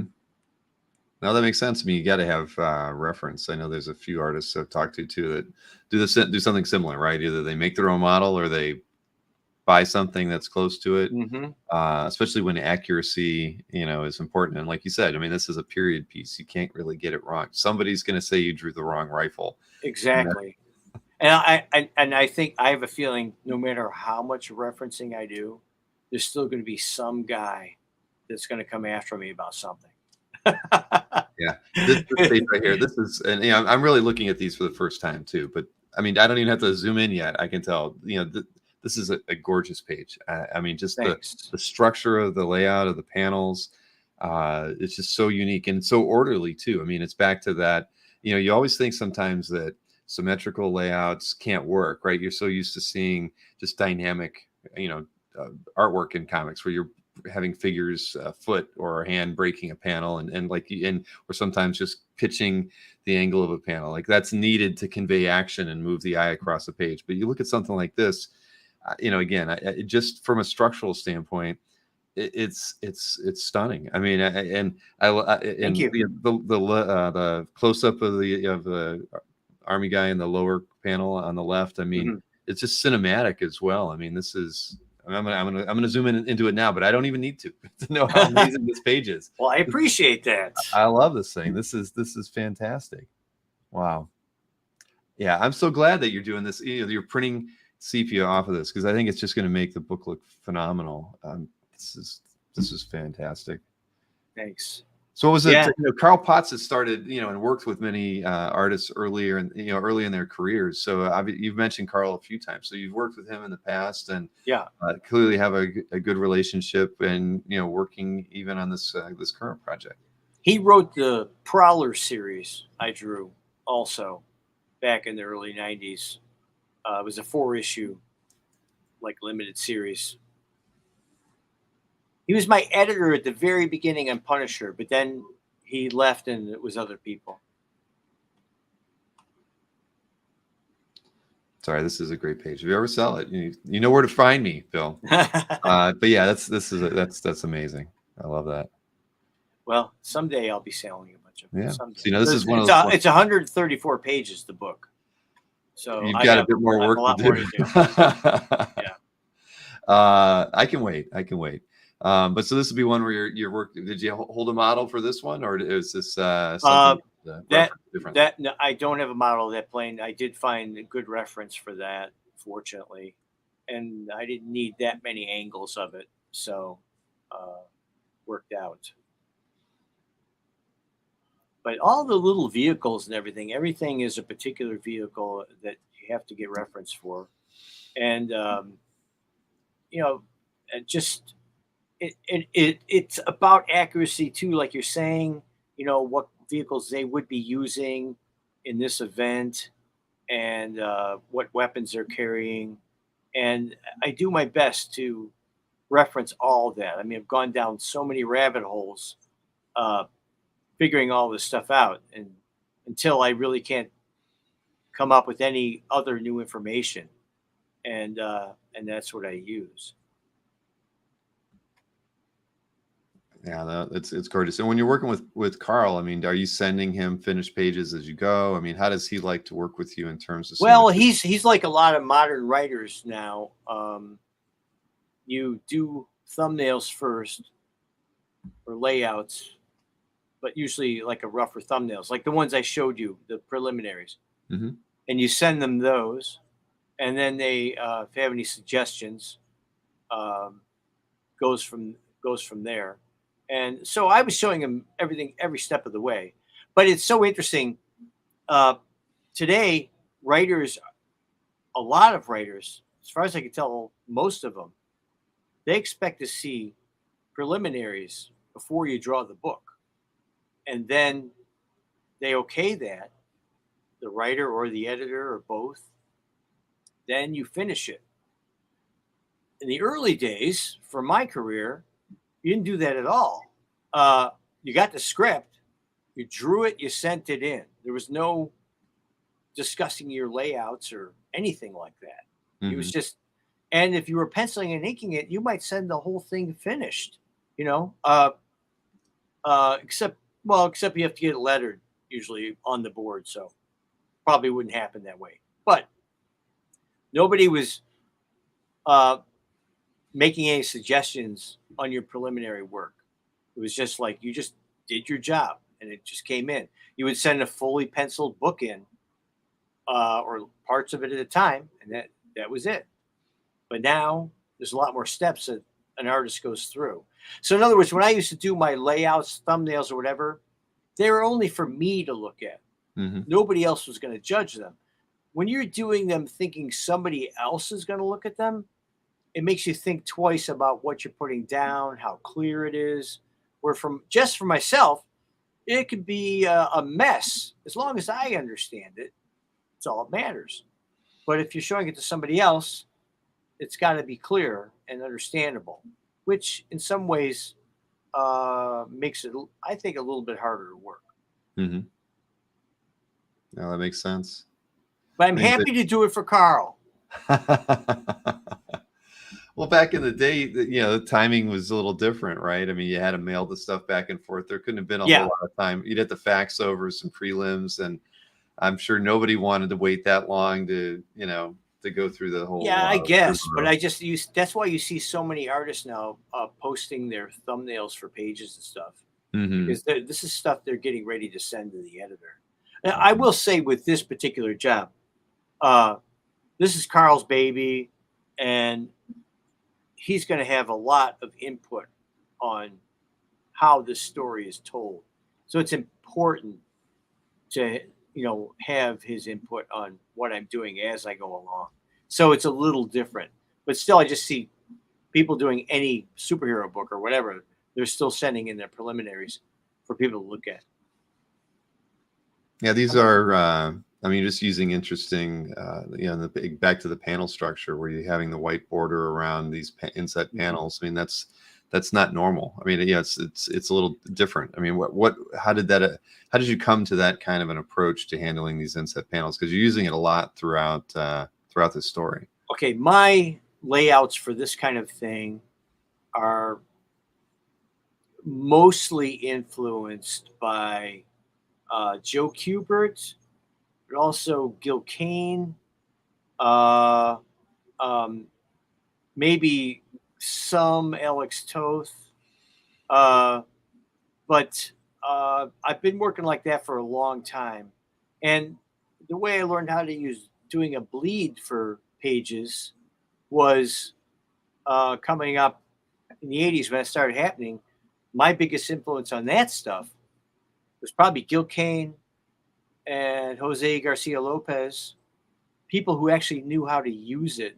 Hmm. There were people when they first started doing the bleed page where they basically just drew off the page for every single panel.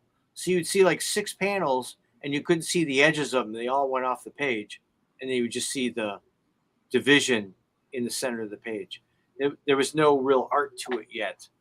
And so you make these, like I make decisions here where there's the inset panel, no white outline there, Right. but then the next panel is bleeding behind that. Then I have several other panels, and then the last panel where there's an explosion, that one goes off the page. So you make decisions sometimes about how impactful it could be to go off the page or not. Hmm. It has to have a reason. Yeah, Mr. Easy Go Lucky and artists themselves wanted to know why lamp black wash as opposed to Mars black. Is it warmer? We say Mars black. The other one usually is there's lamp black, and I'm trying to remember the other one. I'm trying to think of it. I can't think of. Okay, well, I'll just say lamp black is colder for sure.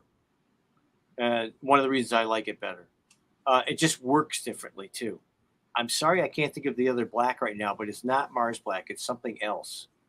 Um, at least from the gouache I use. And I use Winsor Newton designer's gouache. There it is. There. Winsor Newton designer's gouache. Whatever. Easy to find. Anyways, but yeah. Well, there you have it. Let's see. Okay, yeah. Do you add white to the black? Almost never. Occasionally. I almost never use whiteout. For years and years, what I do is I use either, uh, well, I use a razor blade mostly, either for effects like rain and things like that, or to scrape something off. I'll just scrape it off the page.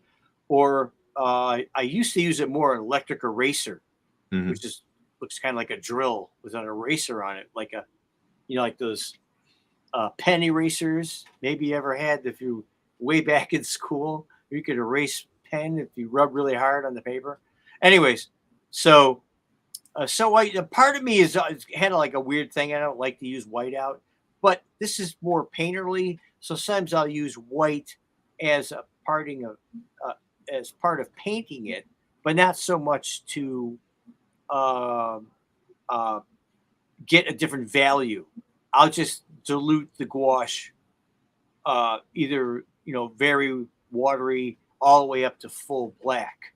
So I get the full range of values just from that.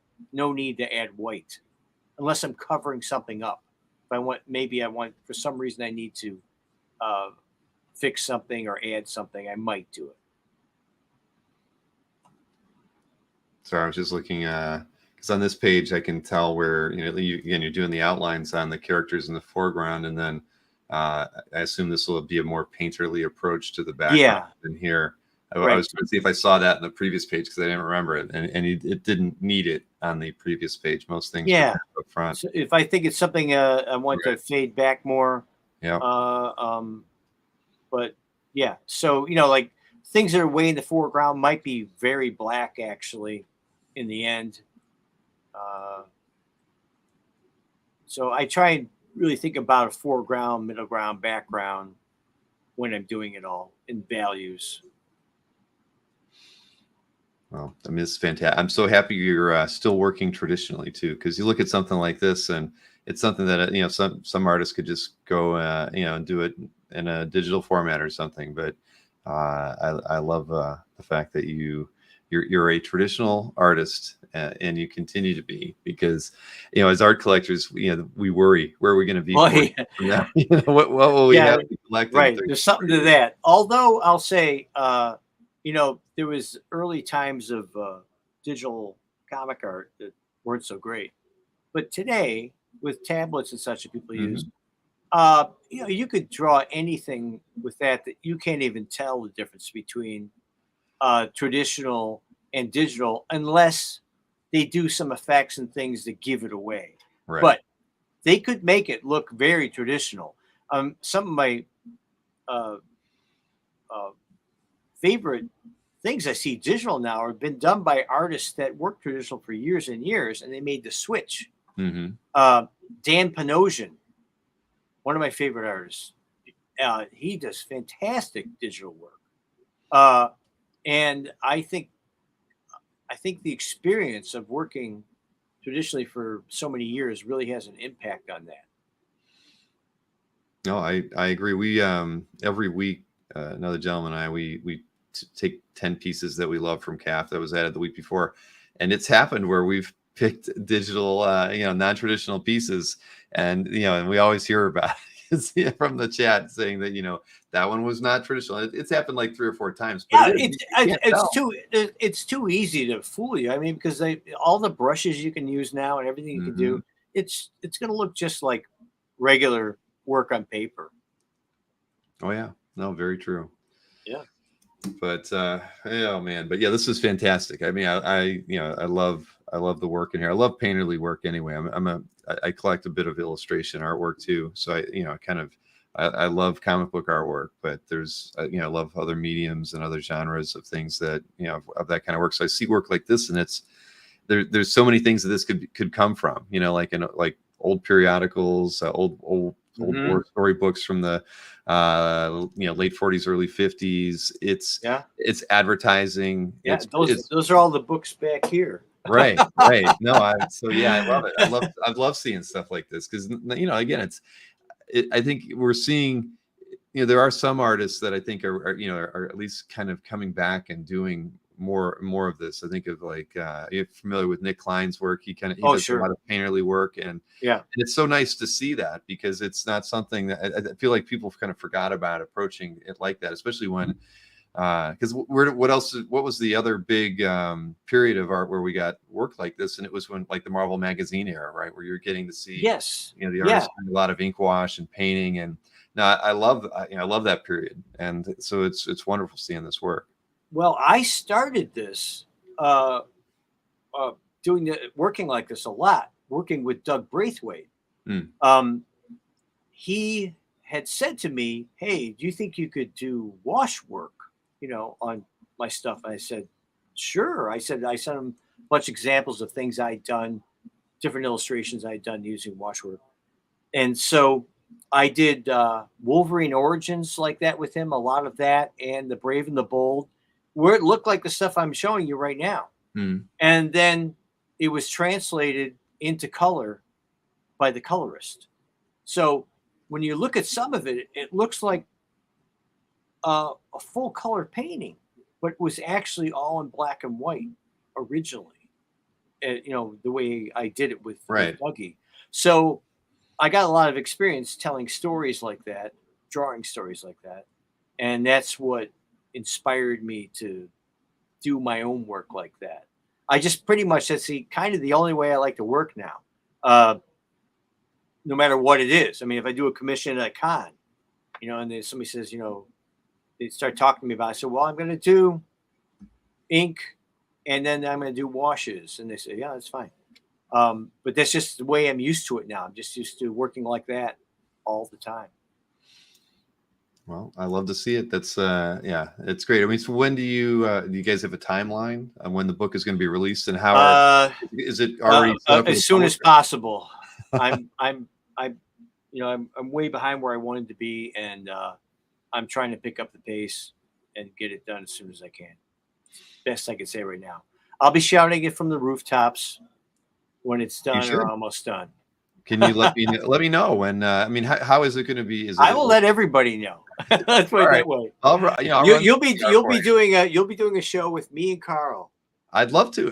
Carl's somebody I've always thought about having Carl on. I mean, he's an artist as well, but he's more known in comics for other things. But yeah, he's somebody who I've always thought about having on here because I think he's got a lot of great stories. I can't imagine how he does He it. And I've does. never met him. I've never read too much about him, but I from the time period that he was working, that he's worked in comics, I mean, from the 70s on up, he's got to be just a really interesting Oh gentleman yeah, to speak to. he's got So to we be. need to do that. When this thing comes out, I would love to have you both on. Oh, That would be fun. I'll be pushing it. Don't worry. Good, good, good. Well, why do we wait so long to do this, Bill? It's like, I don't know. well, I'm sorry that it did take this long too, because yeah, I mean, you've been on, like I said, you've been on CAP for a long time. So I mean, and I appreciate that. When anytime like a professional artist used CAP, I always took notice. It was because it was so nice to see. Not many artists did. I think Leighton's kind of did some posting early, and you were on there, and not many other ones. And I didn't have that avenue to get artists to think to use the site, and I didn't mind that it was being used for marketing. I mean, you guys really were the first ones to think about it in those terms, and I thought it was great because up until then, to me, it was just a gallery site. And Well, yeah. I love I use it for that, but I definitely look at it a lot, just perusing stuff on there because I love seeing great original art in black and white, and it's you and then Heritage, where I'm looking at that stuff all the time. Sure. Heritage. Now, some people who post stuff on CAF, which I've never called it that, but CAF, they will put up a larger scan that you can enlarge. But a lot of people don't. They have small. Well, they're not You premium. can't enlarge it all, and whatever. Maybe it's just because they're not premium. But That's even people sometimes who are premium don't. It's just like they don't put a that is big true. enough piece up. Where Heritage, every piece they scan at like 300 DPI, I think, and so you get to see this huge piece. So I've collected a lot of stuff off of their site, like the Frank Robbins collection I told you I have up online. I got a lot of it on there, and also from CAF, anywhere I could find it. But I just love looking at the black and white stuff up there. Uh, for anybody's work, I admire. So it's great.